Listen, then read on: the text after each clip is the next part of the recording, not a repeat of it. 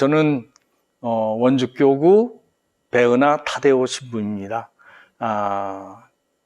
지금 이제 원로 사목자가 됐지만 원주교구 순교자 현양위원회를 맡고 또 최양업 신부님 시복 시성을 위해서 희망의 순례자를 인솔하면서 주관하는 그런 역할을 하고 있습니다. 또 저희에게 특징이 있다면 우리나라 몇 명 안 되는 사형제 신부 중에 한 집안이라는 것, 그것을 또 자랑할 수 있다면 자랑할 수 있을 것 같습니다. 우리 집안도 최양업 신부님 집안처럼 대대로, 저도 4대 신앙의 후손으로서 박해를 피해서 저 강원도 동해에 가서 옹기를 만들면서 할아버지, 아버지 다 신앙을 지키면서 살았으니까, 그런 가정에서 살다 보니까 어머니 뱃속에서부터 또 태어나서도 줄곧 신앙이 가장 중심이 되는 그런 삶을 살아야 됐죠. 아마 저도 최양업 신부님이 16살에 신학생으로 뽑혀간 것처럼 저도 16살 때 소신학교로 들어가게 됐던 것 같아요. 타제가 된다는 것이 뭔지는 잘 모르고 그냥 신학교 생활이 너무나 신비했죠. 왜냐하면 시골에서 조그만 집에 방 한 칸에 형제들 4명이 뒹굴면서 같이 자고 먹고 그러면서 살았던 상황에 비해서 한 300여 명 되는 신학생들이 각자 침대 하나씩을 가지고 살아간다는 게 신기해서 그런 삶도 재미있고, 또 그러면서도 이게 뭔가 하는 것보다는 시골에서 와가지고 너무나 좋은 삶이다. 우리 같은 가난한 사람들은 그 음식이 너무 맛있었어요. 그래서 사실은 행복이라는 것이 부족함이 있을 때 주어지는 선물이구나 하는 것을 깨달을 수 있게 됐으니까, 사제가 된다는 것도 바로 그런 측면에서 여러 가지 불편함과 어려움을 기쁘게 받아들이는 가난의 선택이라고 생각하면 너무나 감사하는 생각을 하게 됐죠. 제가 가장 많이 읽은 책이 뭐냐고 물으면 전 서슴없이 너는 젖혀놓고 나는 세우고, 이 책이라고 얘기할 수 있어요. 이 책은 우리 최양업 토마스 신부님이 신학생부터 시작해가지고 사제가 되어서 활동하는 동안 스승 신부님들에게 보낸 편지 모음집이라고 볼 수가 있겠죠. 그 속에 담긴 내용들을 보면은 당신이 얼마만큼 하느님을 사랑하고 성모님의 도우심을 청하면서 또 한국 교회를 위해서, 그리고 교우들을 사랑하는 마음이 절절히 배어 있는데, 어떤 시련과 고통을 겪으면서도 끝까지 포기하지 않고 그 하느님의 사랑을 증거하려고 하는 그런 착한 목자의 모습이 절절히 담겨져 있다. 그러니까 최양업 신부님의 생애를 종합해서 우리에게 소개해주는 가장 소중한 책이다. 저는 그렇게 생각을 합니다. 지금도 저에 대해서 사람들이 이야기할 때는 베론 성지 신부님이라고 이렇게 얘기할 만큼 저도 베론에 대한 많은 애정을 갖고 사목을 했고, 또 17년이라는 세월 동안 그곳에서 머물게 됐는데, 사실은 거기 들어가기 전까지는 순교 신심도 또 최양업 신부님에 대한 것도 사실 별로 몰랐어요. 가서 보니까 바로 사제관 뒷동산이 최양업 신부님의 묘소가 있는 곳이에요. 그래서 운동 겸해서 하루에 한 번씩 매일 그 묘소를 올라가서 참배를 하게 됐고, 덕분에 관심도 갖게 됐죠. 그러면서 자료를 찾아서 보다 보니까 최양업 신부님이 정말 대단하신 분이구나. 내가 너무 몰랐다. 그야말로 밭에 묻힌 보물과 같다. 그런 생각을 하게 된 거죠. 처음에 베론 들어가서는 그 책이 안 나왔죠, 아직. 내가 88년에 베론에 갔으니까, 이 책은 95년도에 출판됐으니까. 그러니까 그 전에는 달래 교회사에 부분적으로 최양업 신부님의 편지가 소개가 되어 있는 부분을 읽게 됐고, 처음에 읽을 때 느꼈던 것도 충격적이고 감동적이었지만은 읽을수록 뭐라 그럴까, 점점점 맛이 깊어지고 숙성되어지는 느낌처럼 또 읽어보고 싶은 마음이 들 만큼 이 책은 굉장히 매력적으로 저에게 다가왔던 그런 놀라운 선물이라 생각을 합니다. 2021년이 최양업 신부님, 김대건 신부님 탄생 200주년이었어요. 그래서 황창현 신부님이 그 코로나 팬데믹 상황에서 신자들에게 좀 하느님의 말씀을 전할 수 있도록 하자 그래가지고 선택한 책이 바로 너는 주추 놓고 나는 세우고라고 하는 최양업 신부님 편지 모음집이에요. 그래서 나한테 연락이 온 거예요. 이 책을 가지고 21년부터 해가지고 한 60회 넘게 유튜브 방송을 하게 됐잖아요. 그래서 이제 또 더 많은 감명을 받게 됐고, 그 이후에 사람들에게 신부님에 대한 이야기만 했지, 내가 그 신부님이 살았던 그 현장을 다녀보지 못했기 때문에 죄송한 마음이 들어가지고, 이제 희망의 순례자라고 하는 순례 프로그램을 만들어서 그 전국의 한 30개 지역 순례지를 순례할 수 있게 됐던 이제 이런 계기가 된 거죠. 우리는 살아가면서 나무를 보면서 감탄을 할 때가 있어요. 아름다운 나무들을 보면서 잘 자라고. 근데 그 나무가 살기 위해서 분명히 보이지 않는 땅, 토양이 있었다. 근데 최양업 신부님은 어떤 그런 토양과 같다. 그런데 비해서 김대건 신부님은 나무와 같다. 저는 그렇게 비교를 해요. 사람이기 때문에 은연중에 비교의식이 있을 것 같은데, 최양업 신부님은 절대 비교하지 않고, 김대건 신부님은 정말 특출한 그런 모습으로 이렇게 활동적이었는데 비해서 묵묵히, 그야말로 자신의 길을 최선을 다해서 걸어갔던 그런 분이 아닐까. 끝까지 정말 하느님의 섭리에 의탁하는 겸손한 믿음, 그러면서 교우들을 너무나 아끼고 사랑해서 몇백 리 길을 걸어서 가봐야 고작 두세 명밖에 없는데 그 교우들을 힘들다 생각하고 포기하지 않고 찾아가는 그런 신부님의 그 열정적 사목, 그 마음들이 정말 인내와 끈기라고 표현하는 한국인의 근성과 너무나 비슷하다 생각을 하게 돼요.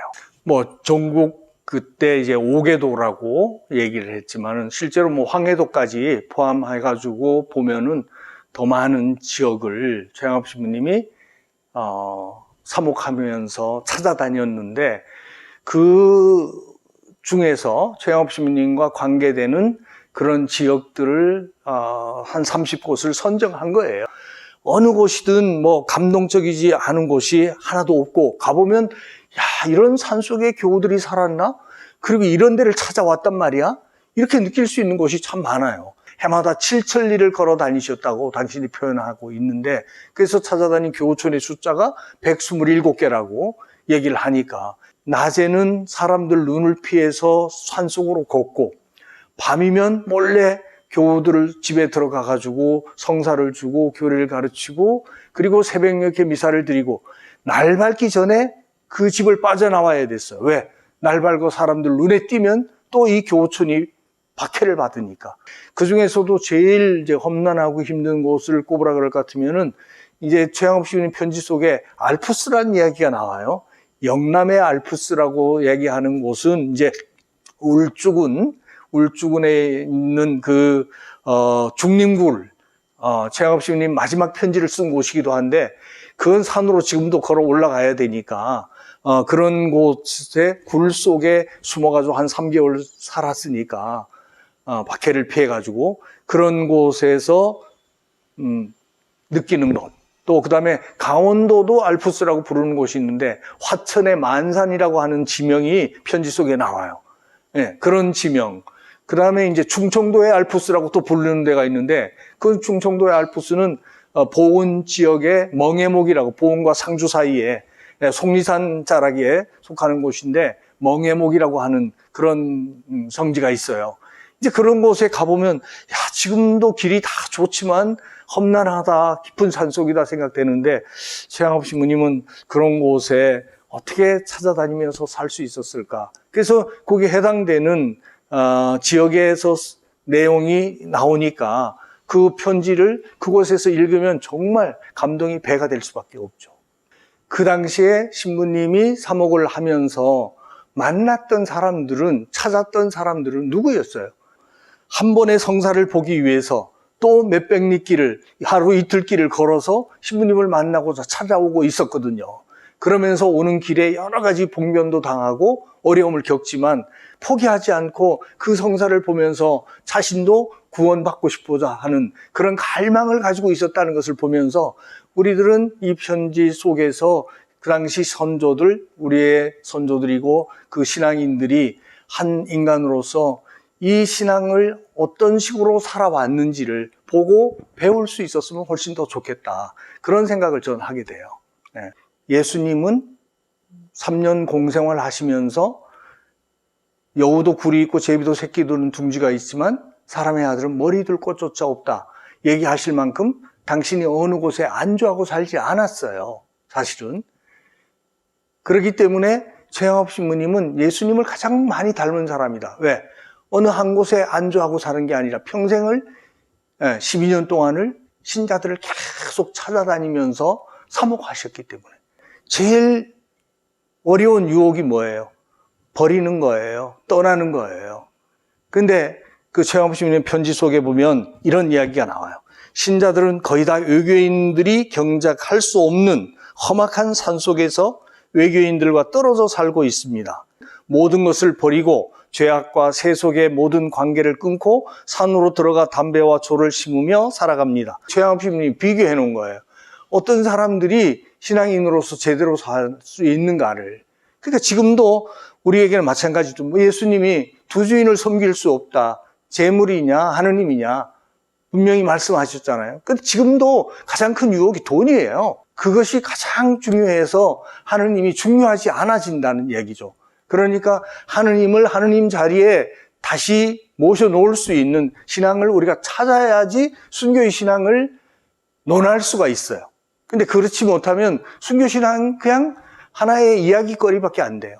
프란치스코 교황님이 우리에게 가르쳐 주신 그 인류, 보편적 인류에 그야말로 사람 차별하지 않고 누구도 거절하지 않고 맞아들일 수 있는 그런 환대의 정신, 그 다음에 진리와 정의를 실천하고 따르기 위해 선택을 하게 될 때 받게 되는 어떤 고통을 기쁘게 감내할 수 있는 용기, 마더 데레사나 이태석 신부님처럼 누군가를 위해 자기 삶을 온전히 사랑으로 헌신할 수 있다면 이것이 현대의 순교 정신이 아니겠냐. 나름대로 우리도 그런 사랑의 정신을 가지고 이 신앙을 가꾸어 갈 수 있는 것이 필요하지 않겠나 하는 생각을 해요.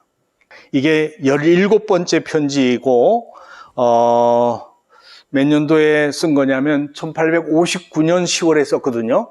그러니까 61년에 돌아가셨으니까 최양업 신부님의 사목 활동이 절정에 이르렀을 때 안곡에서 쓰신 편지 중에 나오는 내용인데 당신이 겪고 있는 그 고통스러운 삶의 모습을 이렇게 표현했어요.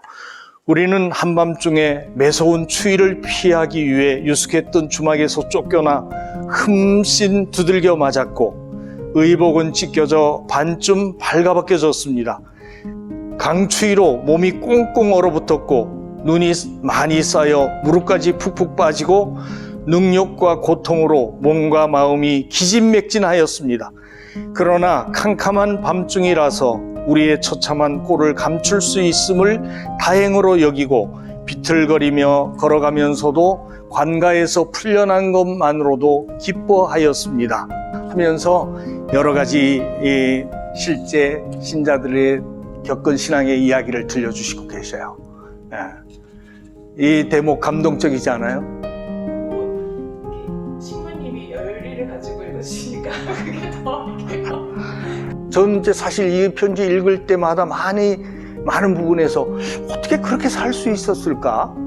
이런 의문을 많이 가졌거든요. 나보고 하라 그러면 못 하겠는데, 난 도저히 못 견디겠는데, 이런 생각을 했는데, 시부님이 어떻게 이런 걸 이렇게 살 수 있었을까 생각을 하다 보면, 그분의 마음속에 정말 신자들을 사랑하는 마음이, 그리고 그 사랑을 통해서 얻게 되는 그 보람이 면류관이라고 표현할 만큼 굉장히 크게 시부님에게 에너지를 제공해 주고 있었다, 그런 생각을 해요. 저도 이제 그런 생각을 많이 하죠. 나이가 들어도 맥 빠지지 않고 포기하지 않고 한구하게 더 기쁘게 감사하면서 잘 살 수 있는 에너지가 이 최양업 시부님을 통해서 나에게도 굉장히 많이 전달되고 있다. 이렇게 살면 결코 지치지 않는구나, 그런 생각을 하죠.